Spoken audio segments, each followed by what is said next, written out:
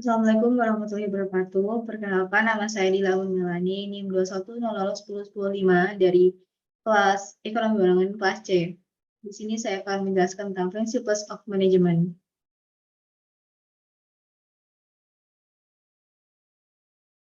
Prinsip manajemen. Prinsip manajemen dirancang untuk memenuhi ruang lingkup dan persyaratan urutan kursus manajemen.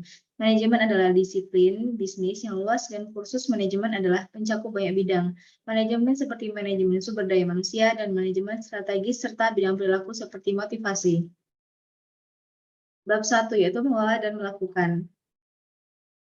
Apa yang dilakukan manajer? Apa yang dilakukan manajer untuk membantu organisasi mencakup kinerja puncak, yaitu dengan manajer melakukan berbagai fungsi dalam organisasi, tetapi di antara salah satu fungsi terpenting yang mereka lakukan adalah berkomunikasi dengan bawahan langsung untuk membantu organisasi mereka mencapai dan melampaui tujuan. Peran yang dimainkan oleh manajer.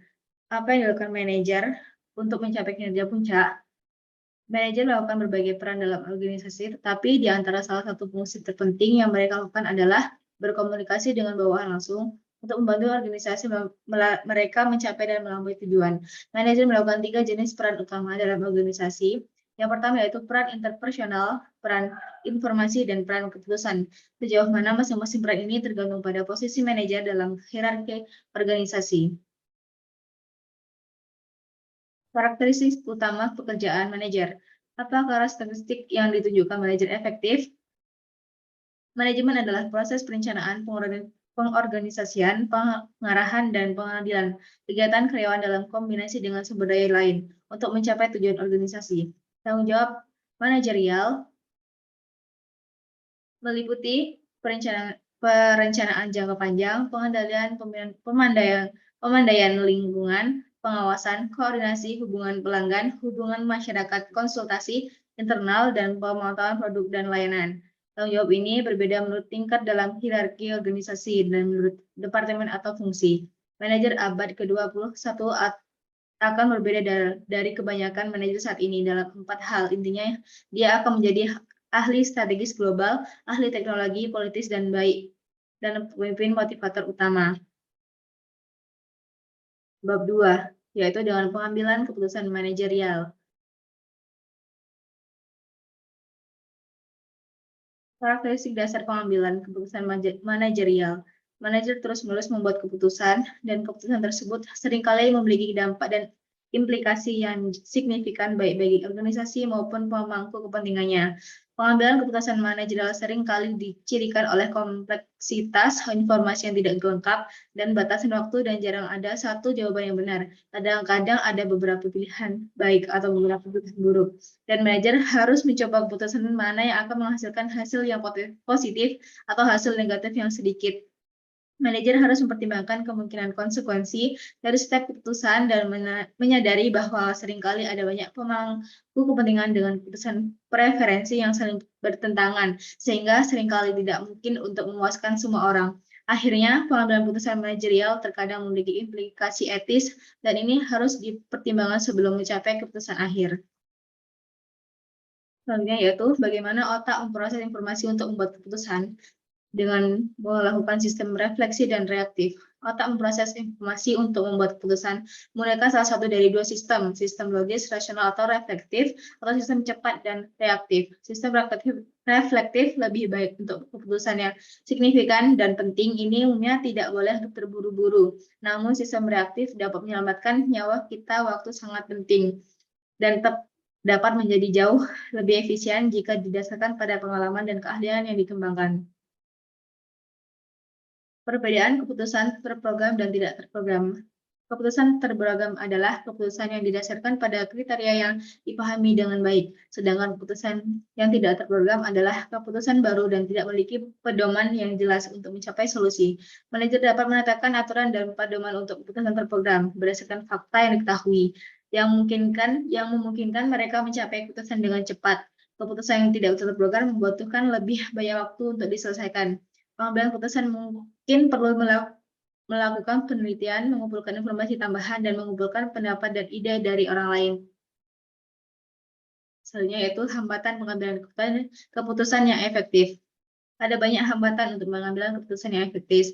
Manajer terbatas dalam kemampuan mereka untuk mengumpulkan informasi yang komprehensif, dan mereka terbatas dalam kemampuan mereka untuk memproses semua informasi yang tersedia secara kognitif. Manajer tidak selalu dapat mengetahui semua hasil yang mungkin dari semua opsi yang mungkin, dan mereka sedang menghadapi kendala waktu yang membatasi kemampuan mereka untuk mengumpulkan semua informasi yang ingin mereka miliki. Selain itu, manajer seperti semua manusia memiliki bias yang memenuhi pengambilan keputusan mereka, dan itu dapat mempersulit mereka untuk membuat keputusan yang baik.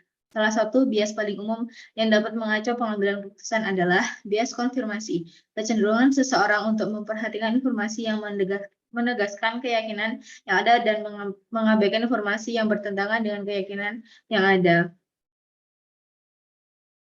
Selanjutnya yaitu meningkatkan kualitas pengambilan keputusan. Bagaimana seseorang dapat meningkatkan kualitas pengambilan keputusan individualnya?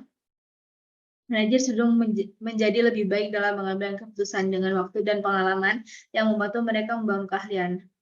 Heuristik dan satisficing juga bisa menjadi teknik yang berguna untuk membuat keputusan terprogram dengan cepat.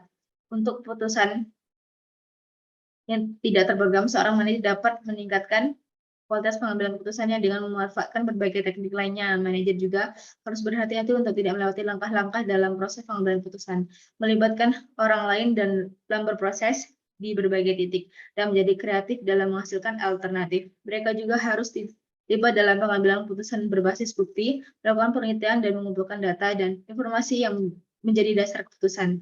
Manajer yang efektif juga berpikir kritis tentang kualitas bukti yang mereka kumpulkan, dan mereka dengan hati-hati mempertimbangkan hasil jangka panjang dan implikatif etis sebelum membuat keputusan. Pengambilan keputusan berkelompok.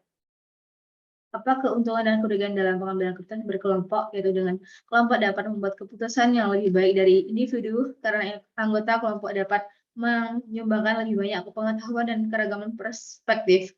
Grup akan cenderung menghasilkan lebih banyak opsi juga, yang dapat menghasilkan solusi yang lebih baik. Selain itu, melibatkan orang dalam pengambilan keputusan yang akan mempengaruhi mereka dapat meningkatkan sikap mereka tentang keputusan yang dibuat. Namun, kelompok terkadang gagal menghasilkan nilai tambahan dalam berproses pengambilan keputusan sebagai akibat dari pikiran kelompok, konflik, atau penekanan perbedaan pendapat. Manajer dapat meningkatkan kualitas pengambilan keputusan kelompok dalam beberapa cara. Yang pertama yaitu dengan ketika membentuk kelompok, manajer harus memastikan bahwa anggota kelompok individu beragam dalam hal pengetahuan dan perspektif. Manajer mungkin juga ingin menugaskan advokat iblis untuk mencegah pemikiran kelompok. Manajer juga harus mendorong semua anggota kelompok untuk menyumbangkan ide dan pendapat mereka, dan mereka tidak boleh membiarkan satu suara mendominasi. Akhirnya, mereka tidak boleh membiarkan konflik kepribadian menggagalkan semua proses kelompok. Yaitu bab 3, sejarah manajemen. Asal mula manajemen. Kita dapat melacak konsep manajemen dari perkembangan di bawah bangsa Sumeria. Bangsa Sumeria memberikan konsep penulisan dan pencatatan yang memungkinkan ekonomi perkotaan berkembang, yang pada gilirannya mengarah pada pendirian usaha kecil. Orang Mesir membantu memelopori ide-ide spesialisasi tenaga kerja tentang kendali dan hierarki komando. Sun Tzu mengembangkan subdivisi beberapa peringkat otoritas dan koordinasi. Orang-orang Yunani dan Romawi membangun pelopor perusahaan dan seketika pekerjaan modern. Renaissance Italia, yaitu dengan mediasi perang salib dan berbagai pengembara membawa pengetahuan baru baik dari masyarakat Muslim maupun Cina. Selain itu, ada penemuan kembali perdagangan di seluruh Eropa. Faktor ini menyebabkan berdirinya Renaissance yang berlangsung awalnya di Italia. Perkembangan mesin cetak melibatkan distribusi ide ini di seluruh Eropa.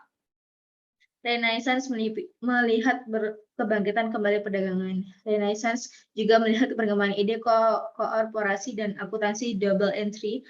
Faktanya, beberapa perusahaan multinasional pertama memiliki asal-usul mereka di Reims, Italia isi. Yaitu selanjutnya revolusi industri.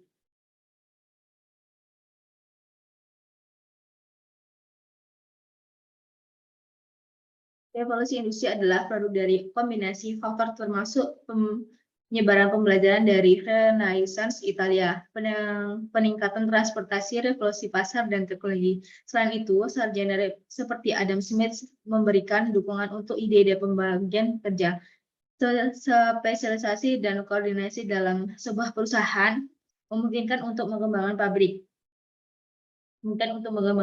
penggeser ekonomi, dan menciptakan kebutuhan akan manajer. Selanjutnya yaitu manajemen pembuatan Taylor. Bagaimana Frederick Winslow Taylor mempengaruhi manajemen dan bagaimana efisiensi manajemen mempengaruhi teori manajemen saat ini. Henry Fayol dan Max Weber membuat kontribusi penting untuk mengembangkan pemikiran manajemen. Fayol fokus pada manajer puncak dan Weber berfokus pada manajer menengah. Teori administrasi Fayol adalah pernyataan umum pertama tentang teori manajemen. Dia menekankan perlunya tindakan kolektif dan visi dari manajemen puncak. Weber mengembangkan gagasan bahwa organisasi harus diformalkan dan legalistik dalam operasi mereka. Selanjutnya yaitu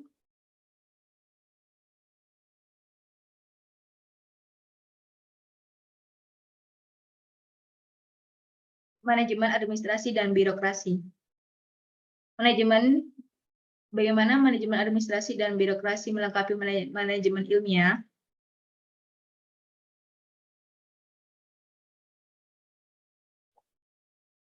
Henry Fayol dan Max Weber membuat kontribusi pengembangan pemikiran manajemen. Fayol berfokus pada manajer puncak dan Weber berfokus pada manajer penengah. Teori administrasi Fayol adalah pernyataan umum pertama tentang teori manajemen. Dia menekankan perlunya tindakan kolektif dan visi dari manajemen puncak. Weber mengembangkan gagasan bahwa organisasi harus diinformalkan dan legalistik dalam beroperasi mereka. Sekian dari saya. Terima kasih. Wassalamualaikum warahmatullahi wabarakatuh.